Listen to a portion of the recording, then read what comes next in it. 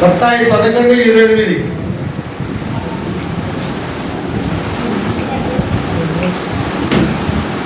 ప్రయాసపడి చెప్పండి. ప్రయాసపడి భారం మోసుకొంచున్న సమస్త జనులారా నా యుద్ధకు రండి, నేను మీకు విశ్రాంతి కలగజేస్తాను. దేవుడి వాక్యములు దీవించును గాక.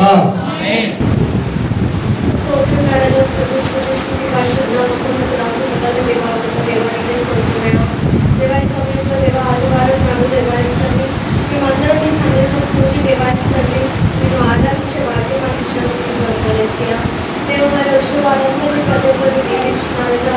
నువ్వు మరి ఎవరైతే దాడిలో ఉన్నారో దేవ వారికి క్షేమంగా సకాలమైన సమయంలో రావడానికి సహాయం దయచేయమని మరి వాక్య భాగంలోకి వెళ్ళుచుండగా దేవాయిస్తాన్ని మీ పరిశుద్ధాత్మతో దేవ పాశ్రాంతులు నింపుతున్నారా దేవ. మరి అతని మాటలు కాదు కానీ దేవాయిస్తాన్ని మీ మాటలు అతను మోసేత పలకాలని అడగడానికి స్తోత్రం చేశారు. మరి ఈ మాటలు దేవాయిస్తాన్ని ప్రతి ఒక్క హృదయంలో దేవాయిస్తాన్ని నాటబడాలి అనగా దేవ వారి హృదయంలో దేవాన్ని వాక్యంలో ధ్యానించి దేవ హృదయంలో దాచుకొని దాని అనుసారంగా జీవించడానికి దేవ సహాయం దయచేయమని నీవే ప్రతి ఒక్కరికి తోడుగా ఉండి నడిపించమని నజరేయుడైన యేసు పరిశుద్ధ నామములో ప్రార్థించి వేడుకుంటున్నాం తండ్రి. వాక్య భాగంలో వెళ్దాము. ఒక్కొక్క వచనం చదువుతూ వినిపించండి. మాస్టర్ చదవండి. సమస్త జనులారా నా యొద్దకు రండి. హల్లెలూయా హల్లెలూయా హల్లెలూయా హల్లెలూయా. దేవుడు ఏమంటున్నాడంటే సమస్త జనులారా నా యొద్దకు ఎవరి యొద్దకు రావాలి? పక్కన చెప్పండి. దేవుని యొద్దకు రావాలి, మందిరానికి రావాలి. ఎక్కడికి రావాలి? ఎక్కడికి రావాలి? సాతాను పెట్టే ఫస్ట్ ఏంటిదంటే మందిరానికి రానియాడు. మందిరానికి వెళ్తే కష్టం, మందిరానికి రాకపోతే ఇష్టం. సాతానుడు పెట్టే కుయుక్తి ఒక్కటి. మందిరానికి వస్తే కష్టం, మందిరం రాకపోతే ఇష్టం. మందిరానికి వస్తే దేవునికి ఇష్టం, ఇంట్లో ఉంటే సాతానికి ఇష్టం. కానీ ప్రతి ఒక్కరు ఎక్కడికి రావాలి? మందిరానికి రావాలి. నీకు ఎంత భారం ఉన్నది, అప్పులనే భారం, పాపం అనే భారం, వ్యాధి అనే భారము, ఆ శోధనలు, కష్టాలు, కన్నీళ్లు, వేదనలు, ఏ భారంతో ఉన్నావో ఇంట్లో ఉండకూడదు. ఇంట్లో నుండి బయటికి రావాలి. 7 విషయాలు మనము 7 విషయాలు తెలుసుకుందాము. పెన్ను పేపర్ ఉండాలో రాసుకోండి. దేవుడు మనను 7 భారాల నుండి విడిపించబోతున్నాడు. ఆమేన్. సామెతల గ్రంథం 16వ అధ్యాయము 3వ వచనం. అంజలి చదువు, భాస్కర్ చదువు. నేను ఎవరికైనా చెప్తా, అందరూ బైబిల్ చూడాలి, వాక్యం చూడాలి. శీలు చదువు, రెడీగా ఉండు. ఎవరికైనా చెప్తా. సామెతలు 16:3. బైబిల్ చూడాలి, వాక్యం చదవాలి. నీ పనుల భారము యెహోవా మీద ఉంచుము, అప్పుడు నీ ఉద్దేశము సఫలమగును. ఆమేన్. నీ పనులు కాదా, నాకు ఈ పని కావాలి, ఆ పని కావాలి, ఈ పనులు కావాలని పనుల కోసం చూస్తున్న వారికి శుభవార్త. నీ పనుల భారము దేవుని మీద ఉంచితే ఆ భారాన్ని, ఆ పనిని దేవుడే జరిగిస్తాడు. ఆమేన్. అర్థమైన గట్టిగా చెప్పబడతారా? నాకు ఈ పని కావాలి అని ఇన్ని రోజుల నుండి, ఇన్ని సంవత్సరాల నుండి ఎదురు చూస్తున్న నీకు శుభవార్త. ఆ పని భారము దేవుని మీద మోపు. ఆయనే నీ పనిని జరిగిస్తాడు, ఆయనే నీ కార్యము జరిగిస్తాడు. మొదట చదువు అందరి గట్టిగా. నీ పనుల భారము యెహోవా మీద మోపుము, అప్పుడు నీ ఉద్దేశము సఫలమవుతుంది. నువ్వు చేసే పని సఫలమవుతుంది.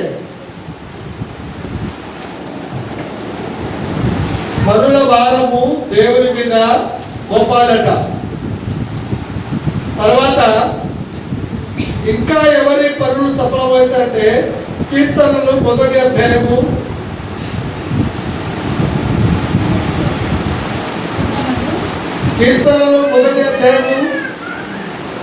3వ వచనము. కీర్తనలు అతడు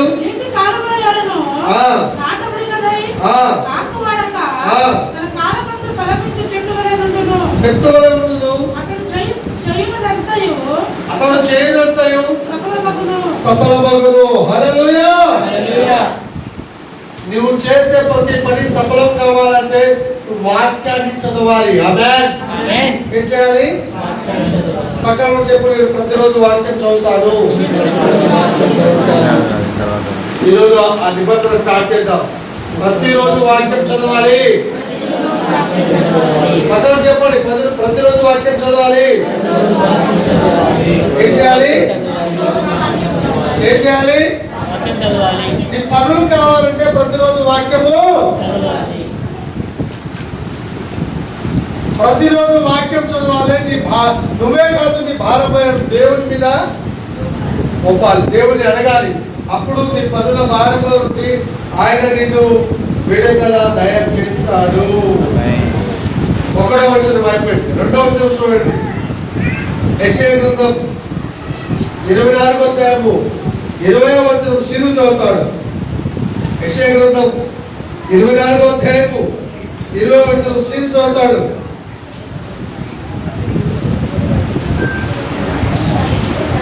భూమి మత్తును వలె కేవలము కూర్చుతున్నది, ఆకల వలె అవి ఇటు ఉన్నది. దాని అపరాధము దాని మీద భారముగా ఉన్నది. అది పడి లేవదు. భయంకరమైన వర్తమానము విని పారిపోవాడు, గుట్టలో పడి గుట్టలు తప్పించుకున్న వాడు ఊరిలో చుట్టున్నాడు. దేవుడు ఏం చేస్తాడంటే మన అపరాధాల నుండి, మన భారం నుండి దేవుడు విడిపిస్తాడండి. ఆమేన్. మన అపరాధాల నుండి మనల్ని విడిపిస్తాడు.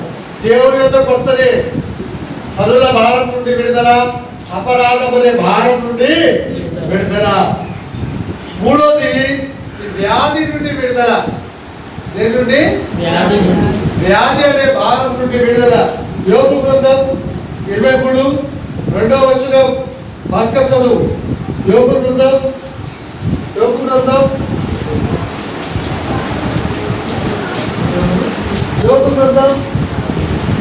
వ్యాధి చెప్పండి. నా వ్యాధి గట్టిగా చదువు. నా వ్యాధి వ్యాధి భారంగా ఉందట. ఆమేన్. ఆ వ్యాధి అనే భారం నుండి యేసయ్య స్వస్థపరచును గాక. ఆమేన్. పక్కన చెప్పండి, ఎలాంటి వ్యాధి అయినా యేసయ్య స్వస్థపరుస్తాడు. చెప్పండి, ఎలాంటి వ్యాధి అయినా యేసయ్య స్వస్థపరుస్తాడు. గట్టిగా చెప్పాలి. ఎలాంటి వ్యాధి అయినా యేసయ్య స్వస్థపరుస్తాడు. ఎందుకు? మస్తు వింటున్నారు మీరు. ఎందుకు?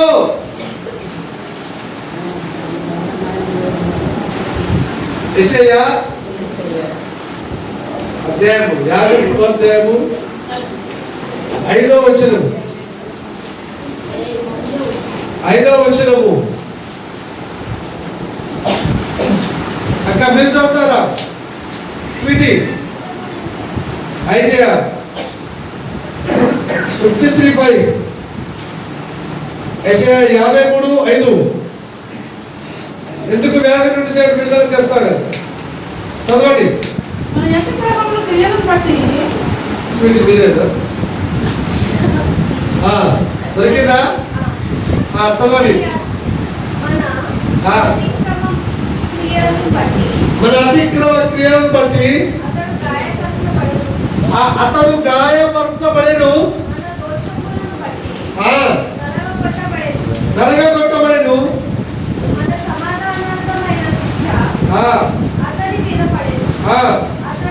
అతడు పొందిన దెబ్బల చేత ఈ మాట పత్రంలో చెప్పండి. అతడు పొందిన దెబ్బల చేత మనకు స్వస్థత కలుగుతుంది. అలా చెప్పి స్వస్థత వస్తే ఎంత హ్యాపీ ఉండాలి. అతడు అంటే యేసు. అతడు అన్నక్కడ ఏం చెప్పాలి? నజరేయుడైన యేసు పొందిన దెబ్బల చేత నాకు స్వస్థత కలుగుతున్నది.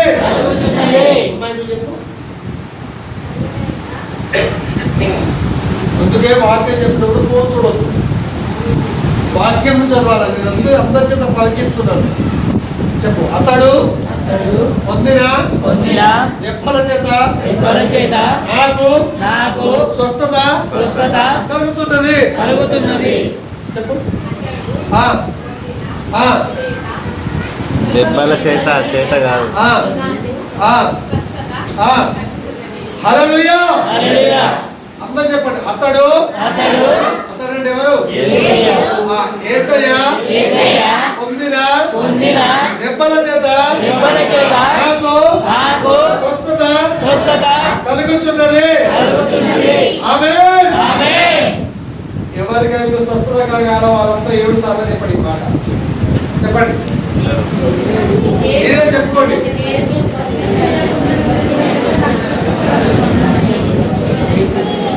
చెప్పండి.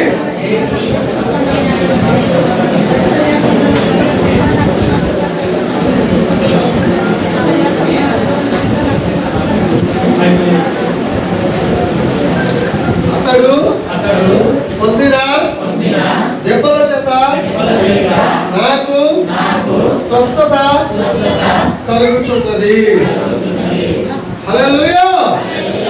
గట్టిగా చెప్పడం దేవుని మేలుపరచండి. అతడు పొందిన దెబ్బల చేత నాకు స్వస్థత కలుగుతుంది. ఎందుకు స్వస్థత కలుగుతుంది? ఎట్లా స్వస్థత కలుగుతుంది అంటే వట్టిగా స్వస్థత కలుగుతలేదు. అతడు పొందిన దెబ్బల చేత స్వస్థత కలుగుతుంది. ఆమేన్. వట్టిగా స్వస్థత కాదు, వట్టిగా కాదు. అతడు పొందిన దెబ్బల చేత స్వస్థత కలుగుతుంది.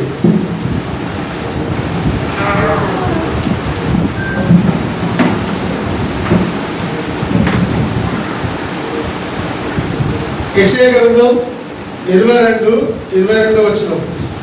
22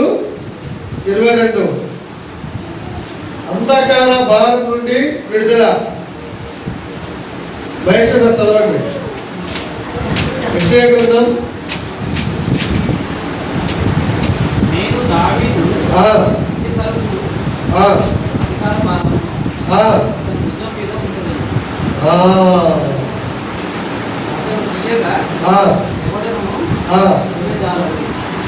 అధికార భారం నుండి విడుదల. ఆమేన్. ఏ భారము? దేవుడు తలుపులు తీస్తే దాన్ని ఎవరు మూయాలన్నాడు? గట్టిగా చెప్పబడతారా? దేవుడు కార్యం చేస్తే దాన్ని ఎవరు ఆపలేరు. ఆమేన్. గట్టిగా చెప్పు. దేవుడు కార్యం చేస్తే ఎవరు ఆపలేరు. దేవుడు కార్యం చేస్తే ఏ సాతాను ఆపలేదు. ఏ మాంత్రికుడు ఆపలేడు. ఏ మానవుడు ఆపలేడు. హల్లెలూయా. మీకు హ్యాపీనే లేదు అసలు. హ్యాపీ ఉందా?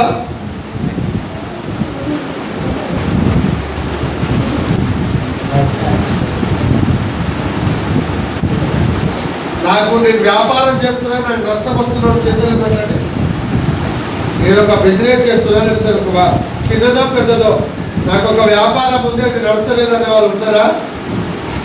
ద్వితీయోపదేశకాండం 24వ అధ్యాయం 5వ వచనము. ద్వితీయోపదేశకాండం 24వ అధ్యాయం 5వ వచనం. అందరికీ చదువు. ద్వితీయోపదేశకాండం 24వ అధ్యాయం. బైబిల్ చూడు. 24:5.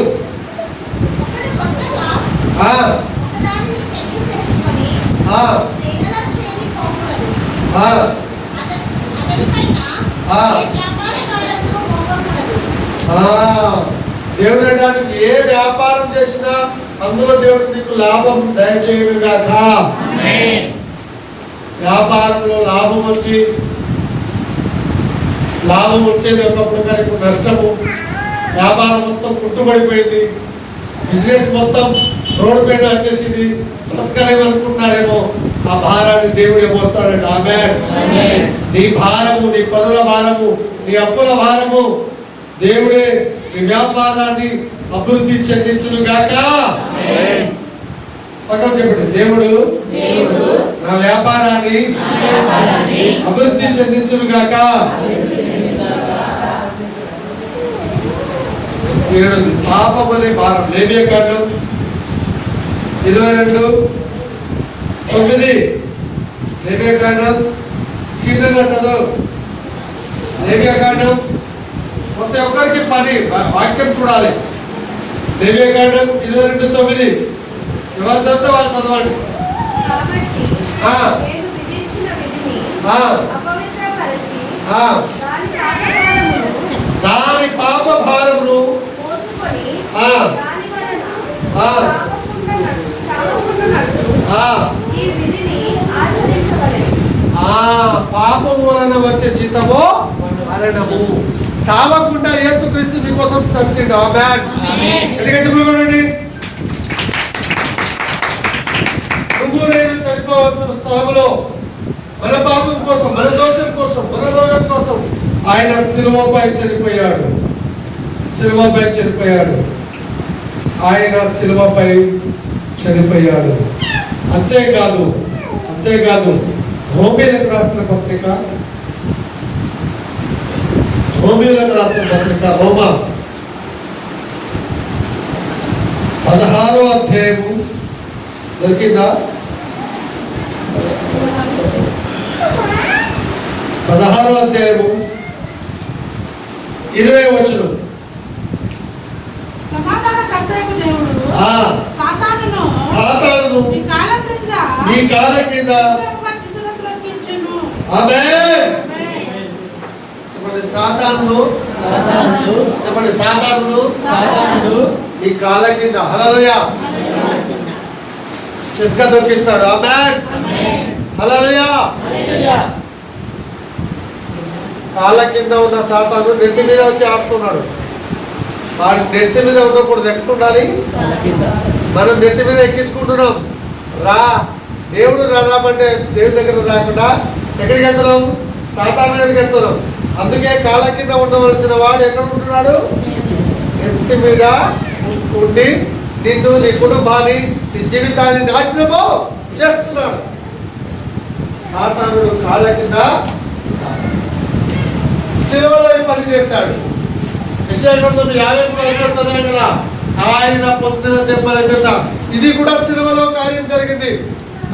ఈ కార్యం కూడా శిలువలోనే జరిగింది. ఆమేన్. హల్లెలూయా. ఇంకో కార్యం కూడా శిలువలోనే జరిగింది. 2 కొరింథీ 8వ అధ్యాయము 9వ వచనము. 2 కొరింథీ 8వ అధ్యాయం 9వ వచనం. శిలువపై జరిగిన కార్యము. మన ప్రభువైన యేసుక్రీస్తు కృపను ఎరుగుదురు కదా. ఆయన ధనవంతుడై ఉండినయు మీరు తన దారిద్ర్యము వలన ధనవంతులు కావాలని మీ నిమిత్తము దరిద్రుడు అయ్యాడు. ఆమేన్. ఎంతమంది ధనవంతులు కావాలని ఉంది ఇక్కడ? ధనవంతులు కావాలని లేదా? దేవుడే చెప్పాడు, మీ నిమిత్తమే నేను దరిద్రుడయ్యాను మిమ్మల్ని ధనవంతులుగా చేయడానికి. చెప్పండి, నేనేం ధనాశ ఉందని ఏమనుకోలేదు. ఓకే, హల్లెలూయా. నేను ధనవంతులు కావాలనుకుంటే చేయలేబెట్టండి. నిజంగా అయితే ఈ యొక్క వాగ్దానం మీ జీవితంలో నెరవేర్చబడను కాక. నీ నిమిత్తం యేసు దరిద్రుడయ్యాడు, నిన్ను నన్ను ధనవంతునిగా చేయడు. కాబట్టి దేవుడు శిలువలో గాయం పొందాడు, శిలువలో వేలాడదీసి వస్త్రం లేకుండా చేసి తన వస్త్రంలో చుట్టూ వేసి దరిద్రుడిగా కనబడ్డాడు. దానివల్ల నీకు ధనవంతునిగా చేయటం ఎంత గొప్ప దేవుడు, ఎంత గొప్ప దేవుడు. ఈరోజు శిలువలో ఏ భారంతో ఈ మందిరాన్ని కూర్చున్నావో, సాతాను అనే భారము, అప్పు అనే భారము, పాపం అనే భారము, శోధన, కుటుంబ సమస్య అనే భారం, ఏ భారంతో ఇక్కడ భార్యాభర్తల మధ్య గొడవలనే భారము. భార్యాభర్తలకి మధ్య చాలా మంది పడతలేదు కదా. చాలా కుటుంబాలలో ఏం సమస్య ఉంది? భార్య అంటే భర్తకు పడదు. ఎవరెవరు గొడవ పడుతున్నారో మీ భర్తలో వెళ్ళి సారీ చెప్పండి, చెప్తారా?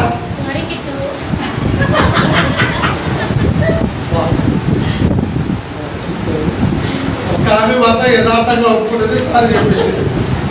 విజయకి సారీ దొరికింది ఈరోజు వాక్యం ద్వారా. హల్లెలూయా. భర్తలు కూడా కొట్టే భర్తలు ఉన్నారా ఇక్కడ? కొట్టే వాళ్ళు ఎవరైనా ఉంటే వెళ్ళి చెప్పండి, సారీ నేను కొట్టాను.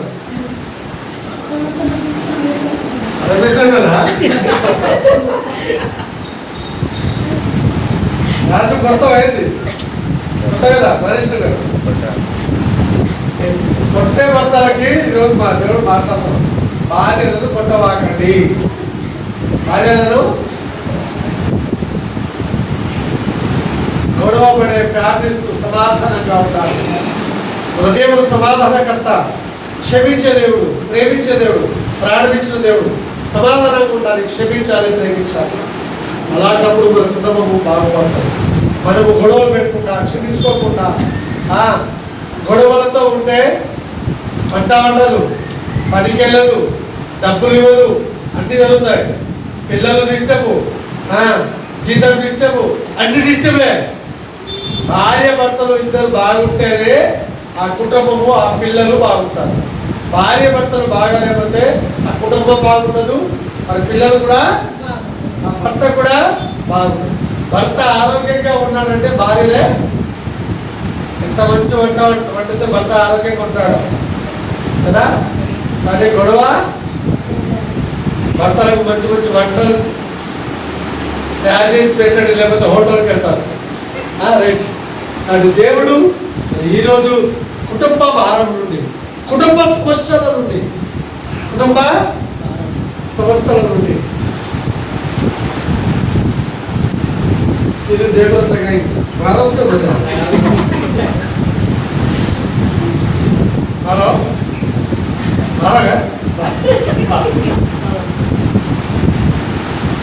నువ్వు నా ఇక్కడ చర్చికి రావాలంటే భయం. పాస్టర్ ఎవరిని ఏమంటాడు వాళ్ళు, ఇట్లా జస్ట్ కదా. వాక్యం చెప్తుంది, నీ భార్యని సొంత శరీరం వల్ల ప్రేమించాడే కదా, సొంత శరీరం వల్లే. కానీ మాట వినాలి. నేను వివాహంలో వాక్యం చెప్పినప్పుడు కొంతమంది వచ్చి చెప్పారు, రీసెంట్గా ఇందిరానగర్లో మ్యారేజ్ లేనప్పుడు ఈ పాస్టర్ కూడా భార్య భర్త గురించి ఎక్కువ వాక్యం చెప్పి నేర్చుకున్నాడు. దేవుడు నేర్పించాడు, అందుకు స్తోత్రము.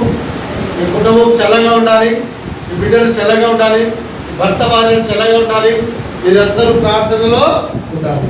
అలాంటి కృపా పరిశుద్ధాత్మ దేవుడు దయచేయండి కాక. దేవుని నమ్ముకున్నాం, బైబిల్ పట్టుకున్నాం, తెల్ల చీర కట్టుకున్నాం, అది ఇంపార్టెంట్. దేవుడు నమ్ముకోవడం ఎంత ఇంపార్టెంటో దాని ప్రకారంగా జీవించడం కూడా అంతే. వాక్యం ఎంతో ఇంపార్టెంట్. కళ్ళు మూసుకొని ప్రార్థన చేయండి. వ్యాధి అనే భారం చేత ఉన్నాము, అప్పు అనే భారం చేత ఉన్నాము, ఏ కుటుంబం అనే భారము, భార్య భర్తల మధ్య పడని స్థితిలో ఉన్నాము, దేవునికి స్థానం ఇవ్వలేని స్థితిలో ఏ భారంతో కుంగిపోయి ఉన్నామో, నడుము వంగిపోయిన స్త్రీ 18 సంవత్సరాల నుండి కురిగిపోయి ఉంది. నువ్వు ఏ స్థితిలో ఉన్నావో నీ భారాన్ని దేవుని యొక్క చెప్పు, నీ పనుల భారము దేవుని మీద చెప్పు, నీ కష్టము, నీ కన్నులు దేవునితో అడుగు. నీ భారాన్ని నేను తొలగిస్తా అంటాడు. ప్రయాసపడి భారం అవుతున్న సమస్త జనులారా నా యొద్దకు రండి అంటున్నాడు. రా. తీర్చబడుతుంది. రా, నీ కన్నీరు తీర్చబడుతుంది. రా, నీ వ్యాధి తొలగించబడుతుంది. రా, నీ పాపము ప్రభు రక్తంలో కడిగి నువ్వు పరిశుద్ధంగా చేస్తాడు. రా, నీ నరకంలో నుండి నిత్య జీవానికి తీసుకెళ్తాడు. ప్రభు దగ్గర మందిరానికి రా, నీ పాపంలో నుండి నిన్ను విడిపించి, అంధకారంలో నుండి విడిపించి వెలుగులో నడిపిస్తాడు. యేసయ్య అప్పుల చేత కలిగిపోయినాడు, అంధకారం చేత కలిగిపోయినాడు. నన్ను,